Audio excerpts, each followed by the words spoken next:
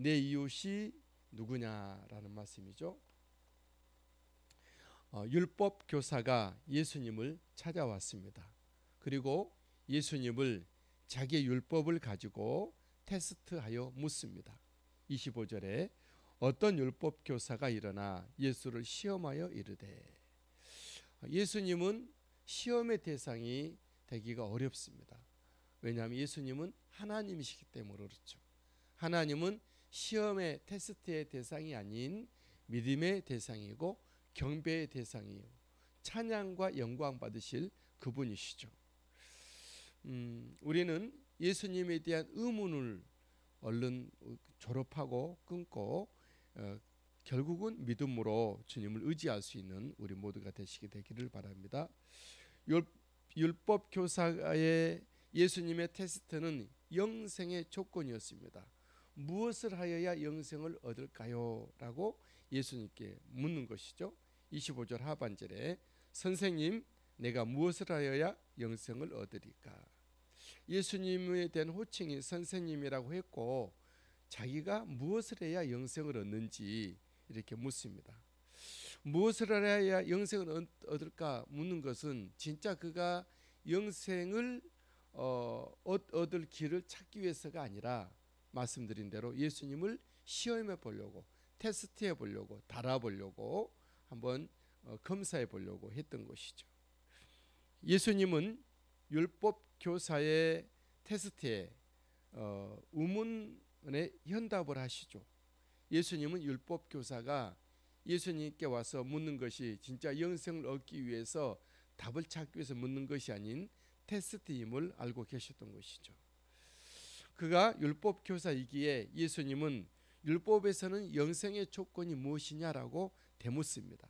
26절 예수께서 이르시되 율법에 무엇이라 기록되었으며 네가 어떻게 읽느냐. 예수님이 이렇게 되묻는 것은 율법 교사에게는 굉장히 재미있고 기쁜 마음이 들었을 것입니다. 왜냐하면 율법 교사는 율법에 대해서 굉장히 자존심이 있었고 또 누가 자기에게 물어봐 주기를 기다렸던 그 사람들이죠. 근데 예수님이 율법에는 어떻게 무엇이라고 기록되어 있느냐 이렇게 물으셨던 것이죠. 율법 교사는 자신만만하게 율법대로의 답을 말을 합니다. 27절 대답하여 이르되 네 마음을 다하며 목숨을 다하며 힘을 다하여 뜻을 다하여 주 너의 하나님을 사랑하고 또한 그 이웃을 내 자신같이 사랑하라 하였나이다.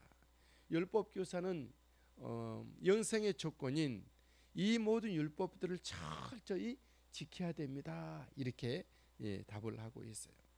그가 율법 교사인 만큼 율법들을 지키면 영생을 얻는다는 조건을 정확하게 말하고 있던 것이죠. 주님은 그 율법대로 행하라 그러면 영생을 얻겠다 말씀하죠. 28절 예수께서 이르시되 네 대답이 옳도다. 이를 행하라 그러면 살리라 하시니.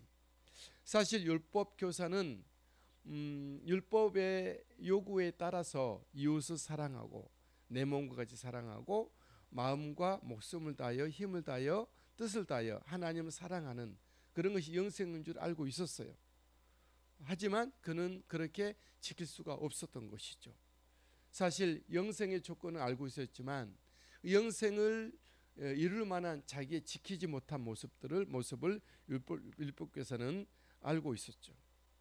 그래서 그는 율법에 제시된 영생의 조건을 알고 있지만 지키지 못한 그는 나는 지키지 못합니다라고 말하지 않고 지키지 못하는 핑계를 댑니다.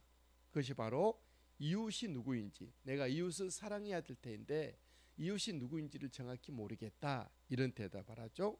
29절 그 사람이 자기를 옳게 보이려고 자기 율법에 대해서 잘 알고 있고 율법대로 영생을 얻을 만한 준비가 돼 있다, 그런 거죠. 옳게 보이려고 예수께 여짜오되 그러면 내 이웃이 누굽니까? 나는 율법대로 얼마든지 지키기를 원하지만 내가 율법대로 지켜 영생 얻을 만한 이웃에 대해서 잘 모르겠습니다. 이웃이 누굴까요? 이렇게 물어보는 거죠. 예수님에 대한 두 번째 테스트가 되는 것이죠.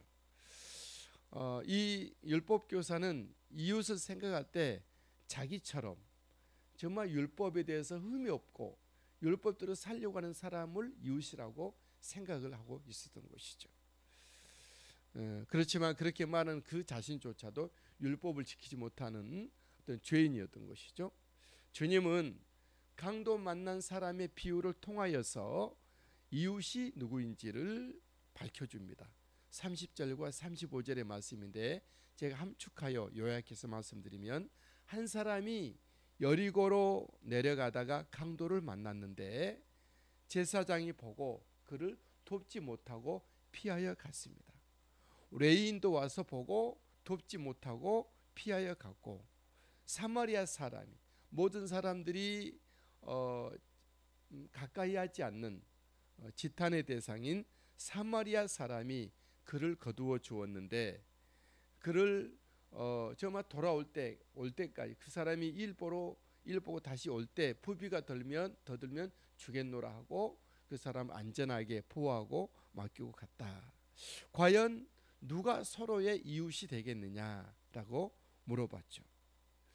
율법교사는 잘 아는 대로 사마리아 사람이 그 사람의 이웃이 되고 서로 이웃입니다 하죠. 36절, 네 생각에는 이 세 사람 중에 누가 강도 만난 자의 이웃이 되겠느냐. 37절, 이르되 자비를 베푼 자니이다 그랬어요. 주님은 그 율법교사에게 영생을 얻으려면 바로 너도 이와 같이 하라 이렇게 말씀을 하고 있어요. 37절, 예수께서 이르시되 가서 너도 이와 같이 하라. 너도 선한 사마리아 사람처럼 그렇게 하라 이렇게 말씀하고 있는 것이죠.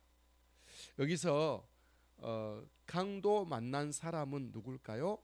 하나님을 떠난 이 세상을 살아가는 인생들을 말합니다. 그럼 강도는 누굴까요? 이 세상을 말하죠. 사람들이 이 세상을 살아갈 때 늘 빼앗기고 하나님이 주신 형상이 어그러지고 영생에 대해서 계속적으로 확신을 갖지 못하고 사망으로 가고 있는 것이죠.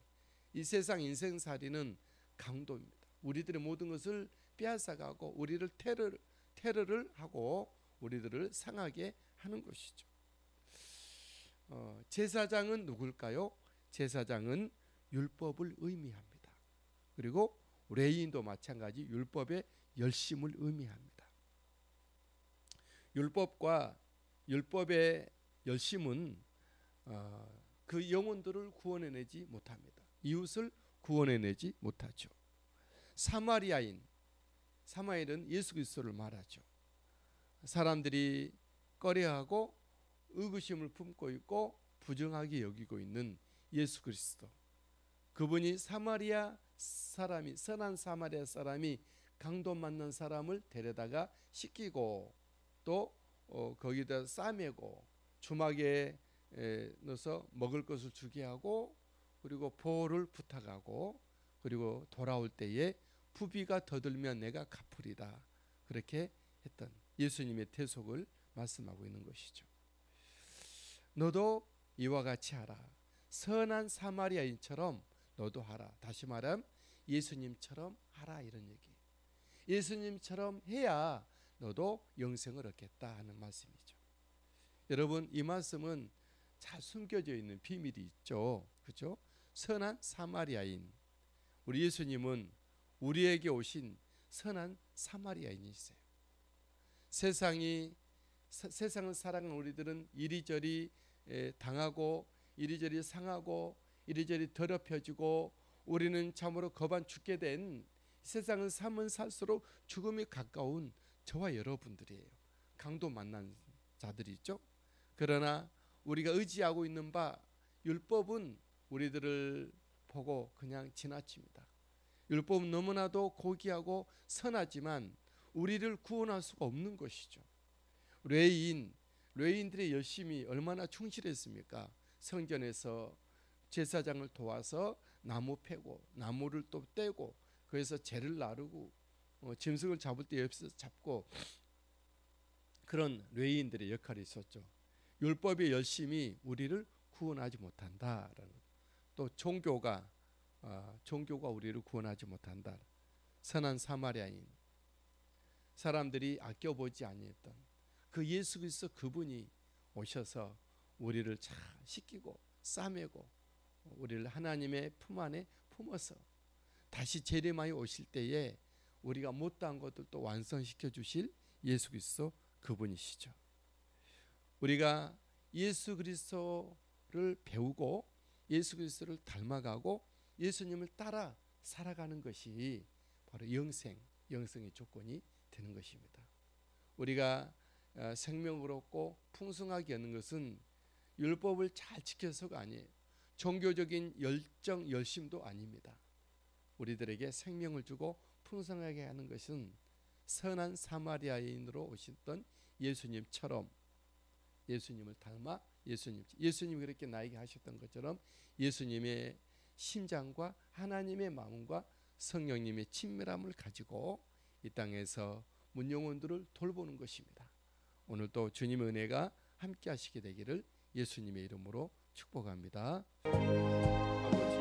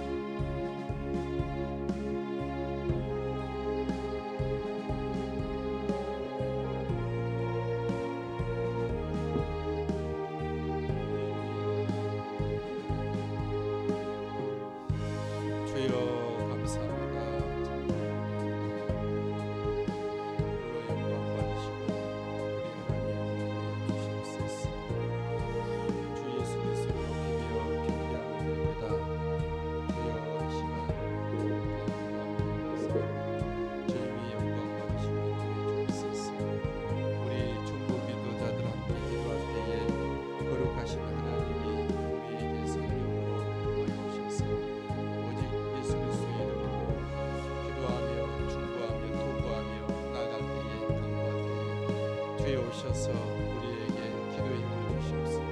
예수 그리스도께서 동산에서 기도하실 때 천사가 나와 힘을 돕더라 말씀하셨으니 주님 성령님 우리에게 오셔서 기도하게 하시고